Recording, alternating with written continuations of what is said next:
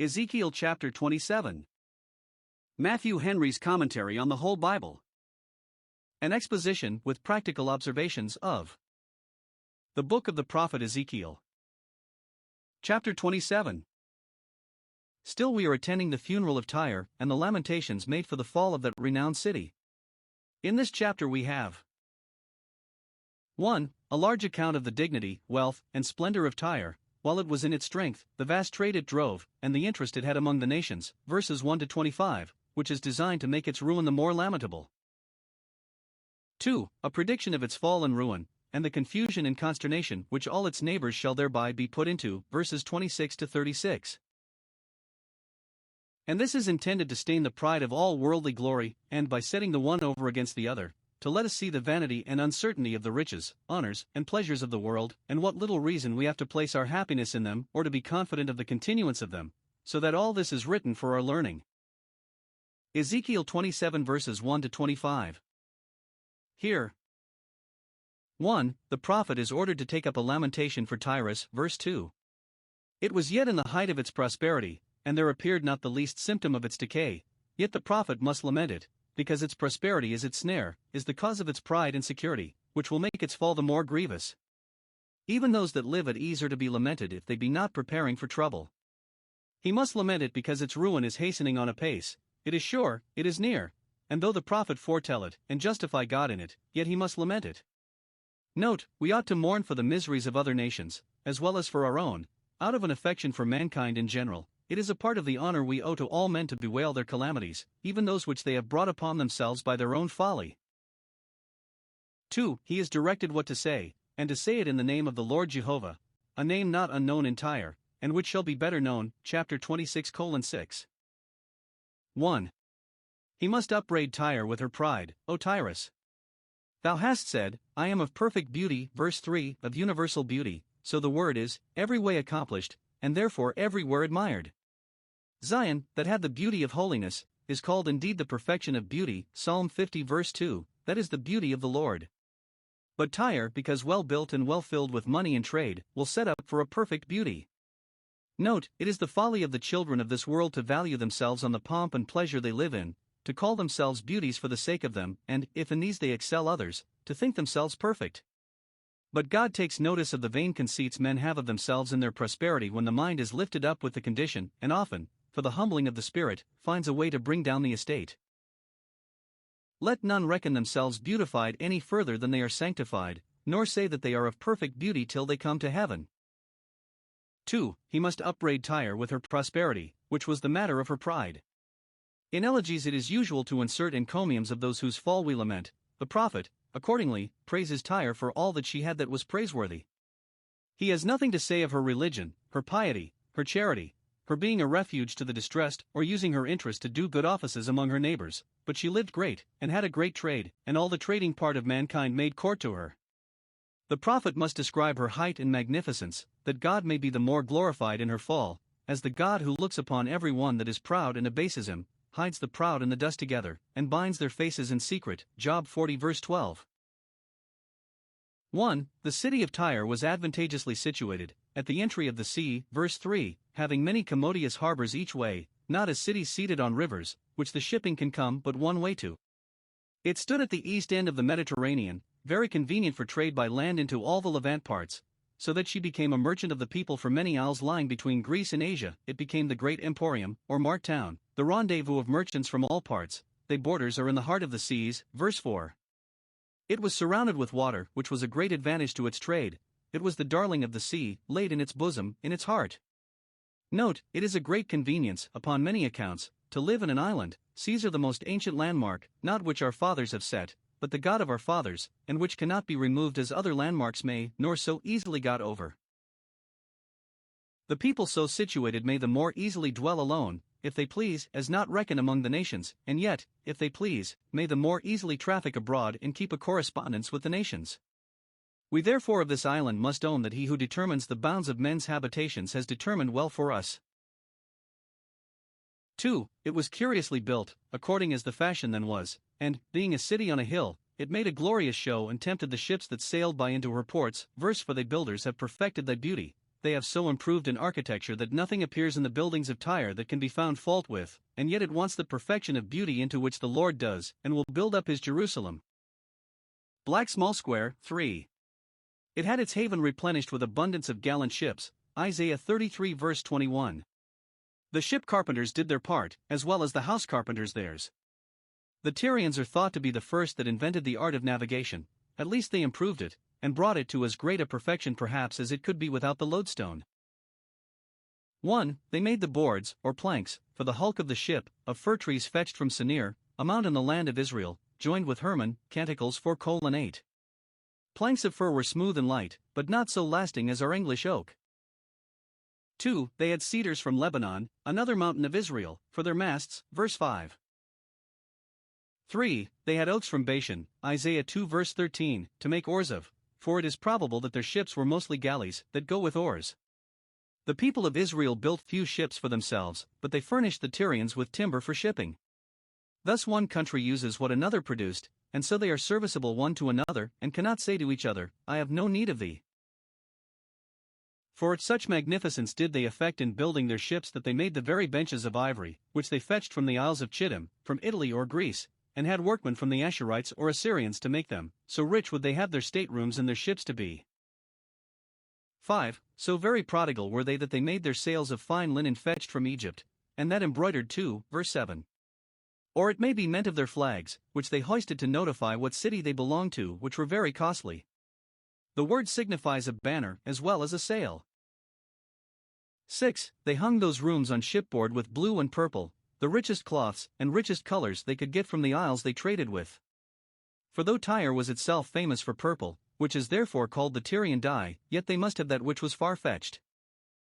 Black small square, 4.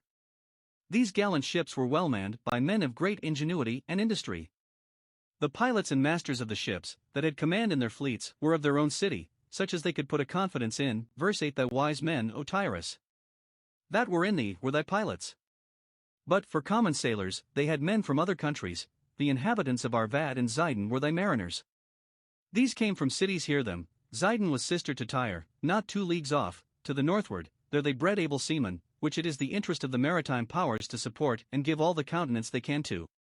They sent to Jebel in Syria for caulkers, or strengtheners of the clefts or chinks, to stop them when the ships come home, after long voyages, to be repaired.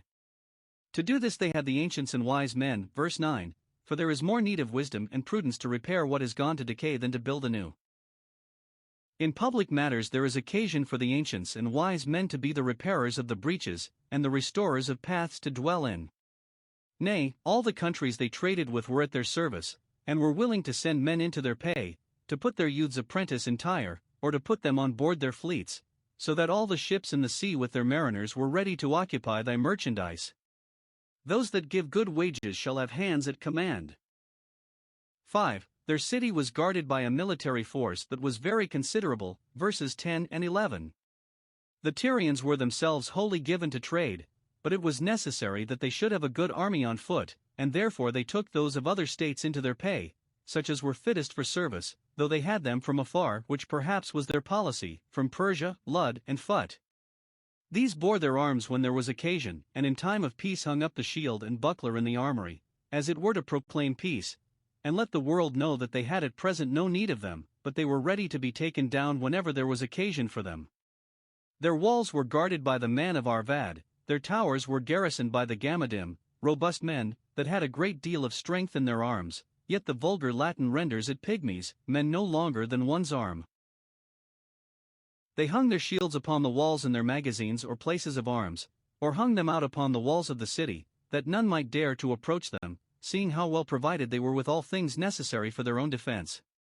Thus they set forth thy comeliness, verse 10, and made thy beauty perfect, verse 11. It contributed as much as anything to the glory of Tyre, that it had those of all the surrounding nations in its service, except the land of Israel, though it lay next them, which furnished them with timber, but we do not find that it furnished them with men, that would have trenched upon the liberty and dignity of the Jewish nation. 2 Chronicles 2 verses 17 and 18. It was also the glory of Tyre that it had such a militia, so fit for service, and in constant pay, and such an armory, like that in the Tower of David, where hung the shields of mighty men. Canticles 4:4. It is observable that there and here the armories are said to be furnished with shields and helmets, defensive arms, not with swords and spears, offensive, though it is probable that there were such, to intimate that the military force of a people must be intended only for their own protection and not to invade and annoy their neighbors, to secure their own right, not to encroach upon the rights of others. 6. They had a vast trade and a correspondence with all parts of the known world. Some nations they dealt with in one commodity and some in another, according as either its products or its manufactures were, and the fruits of nature or art were, with which it was blessed. This is very much enlarged upon here, as that which was the principal glory of Tyre, and which supported all the rest. We do not find anywhere in Scripture so many nations named together as are here, so that this chapter, some think, gives much light to the first account we have of the settlement of the nations after the flood, Genesis 10. The critics have abundance of work here to find out the several places and nations spoken of. Concerning many of them their conjectures are different, and they leave us in the dark and at much uncertainty. It is well that it is not material. Modern surveys come short of explaining the ancient geography. And therefore we will not amuse ourselves here with a particular inquiry either concerning the traders or the goods they traded in. We leave it to the critical expositors, and observe that only which is improvable. 1. We have reason to think that Ezekiel knew little, of his own knowledge, concerning the trade of Tyre. He was a priest, carried away captive far enough from the neighborhood of Tyre, we may suppose when he was young, and there he had been 11 years. And yet he speaks of the particular merchandises of Tyre as nicely as if he had been comptroller of the custom house there, by which it appears that he was divinely inspired in what he spoke and wrote. It is God that saith this, verse 3. 2. This account of the trade of Tyre intimates to us that God's eye is upon men, and that he takes cognizance of what they do when they are employed in their worldly business, not only when they are at church, praying and hearing, but when they are in their markets and fairs, and upon the exchange, buying and selling, which is a good reason why we should in all our dealings keep a conscience void of offense, and have our eye always upon him whose eye is always upon us. 3. We may here observe the wisdom of God and his goodness, as the common Father of mankind, in making one country to abound in one commodity, and another in another, and all more or less serviceable either to the necessity, or to the comfort or ornament of human life. Non omis fert omnia tellus. One land does not supply all the varieties of produce. Providence dispenses its gifts variously, some to each and all to none, that there may be a mutual commerce among those whom God has made of one blood, though they are made to dwell on all the face of the earth. Acts 17 verse 26. Let every nation therefore thank God for the productions of its country, though they be not so rich as those of others, yet there is use for them in the public service of the world. For see what a blessing trade and merchandise are to mankind, especially when followed in the fear of God, and with a regard not only to private advantage, but to a common benefit. The earth is full of God's riches, Psalm 104 verse 24. There is a multitude of all kinds of riches in it, as it is here, verse 12. Gathered off its surface and dug out of its bowels. The earth is also full of the fruits of men's ingenuity and industry, according as their genius leads them. Now by exchange and barter these are made more extensively useful. Thus what can be spared is helped off, and what is wanted is fetched in lieu of it, from the most distant countries. Those that are not tradesmen themselves have reason to thank God for tradesmen and merchants, by whom the productions of other countries are brought to our hands, as those of our own are by our husbandmen. 5. Besides the necessaries that are here traded in, see what abundance of things are here mentioned that only serve to please fancy, and are made valuable only by men's humor and custom, and yet God allows us to use them, and trade in them, and part with those things for them which we can spare that are of an intrinsic worth much beyond them. Here are horns of ivory and ebony, verse 15, that are brought for a present, exposed to sale, and offered in exchange or, as some think, presented to the city, or the great men of it, to obtain their favor. Here are emeralds, coral and agate, verse 16, all precious stones, and gold, verse 22, which the world could better be without than iron and common stones. Here are, to please the taste and smell, the chief of all spices, verse 22, cassia and calamus, verse 19, and for ornament, purple broidered work, and fine linen, verse 16, precious clothes for chariots, verse 20, blue clothes, which Tyre was famous for, broidered work, and chests of rich apparel, bound with rich cords, and made of cedar, a sweet wood to perfume the garments kept in them, verse 24. Upon the review of this invoice, or bill of parcels, we may justly say, what a great many things are here that we have no need of, and can live very comfortably without. 6. It is observable that Judah and the land of Israel were merchants in Tyre too. In a way of trade they were allowed to converse with the heathen. But they traded mostly in wheat, a substantial commodity and necessary, wheat of Minnith and Panag, 2 countries in Canaan famous for the best wheat, as some think. The whole land indeed was a land of wheat, Deuteronomy 8 verse 8. It had the fat of kidneys of wheat, Deuteronomy 32 verse 14. Tyre was maintained by corn fetched from the land of Israel. They traded likewise in honey and oil and balm or rosin, all useful things, and not serving to pride or luxury. And the land which these were the staple commodities of was that which was the glory of all lands, which God reserved for his peculiar people, not those that traded in spices and precious stones, and the Israel of God must reckon themselves well provided for if they have food convenient, for those that are acquainted with the delights of the children of God will not set their hearts on the delights of the sons and daughters of men, or the treasures of kings and provinces. We find indeed that the New Testament Babylon trades in such things as Tyre traded in, Revelation 18 verses 12 and 13. For, notwithstanding its pretensions to sanctity, it is a mere worldly interest. 7. Though Tyre was a city of great merchandise, and they got abundance by buying and selling, importing commodities from one place and exporting them to another, yet manufacture trades were not neglected. The wares of their own making, and a multitude of such wares, are here spoken of, verses 16 and 18. It is the wisdom of a nation to encourage art and industry, and not to bear hard upon the handicraft tradesmen, for it contributes much to the wealth and honor of a nation to send abroad wares of their own making, which may bring them in the multitude of all riches. 8. All this made Tyrus very great and very proud. The ships of Tarshish did sing of thee in thy market, verse 25. Thou wast admired and cried up by all the nations that had dealings with thee, for thou wast replenished in wealth and number of people, wast beautified, and made very glorious, in the midst of the seas. Those that grow very rich are cried up as very glorious, for riches are glorious things in the eyes of carnal people, Genesis 31 verse 1. Ezekiel 27 verses 26 to 36. We have seen Tyre flourishing, here we have Tyre falling, and great is the fall of it, so much the greater for its having made such a figure in the world. Note, the most mighty and magnificent kingdoms and states, sooner or later, have their day to come down. They have their period, and, when they are in their zenith, they will begin to decline. But the destruction of Tyre was sudden. Her sun went down at noon. And all her wealth and grandeur, pomp and power, did but aggravate her ruin, and make it the more grievous to herself and astonishing to all about her. Now observe here. 1. How the ruin of Tyrus will be brought about, verse 26. She is as a great ship richly laden, that is split or sunk by the indiscretion of her steersmen. Thy rowers have themselves brought thee into great and dangerous waters, the governors of the city, and those that have the management of their public affairs, by some mismanagement or other involved them in that war with the Chaldeans which was the ruin of their state. By their insolence, by some affront given to the Chaldeans, or some attempt made upon them, in confidence of their own ability to contend with them, they provoked Nebuchadnezzar to make a descent upon them, and by their obstinacy in standing it out to the last, enraged him to such a degree that he determined on the ruin of their state, and, like an east wind, broke them in the midst of the seas. Note, it is ill with a people when those that sit at the stern, instead of putting them into the harbor, run them aground. 2. How great in general the ruin will be. All her wealth shall be buried with her, her riches, her fares, and her merchandise, verse 27. All that had any dependence upon her, and dealings with her, in trade, in war, in conversation, shall bawl with her into the midst of the seas, in the day of her ruin. Note, those who make creatures their confidence, place their happiness and their interest in them, and rest their hopes upon them, will of course fall with them. Happy therefore are those that have the God of Jacob for their help, and whose hope is in the Lord their God, who lives forever. 3. What sad lamentation would be made for the destruction of Tyre. The pilots, her princes and governors, when they see how wretchedly they have mismanaged, and how much they have contributed to their own ruin, shall cry out so loud as to make even the suburbs shake. Verse 28. Such a vexation shall it be to them to reflect upon their own bad conduct.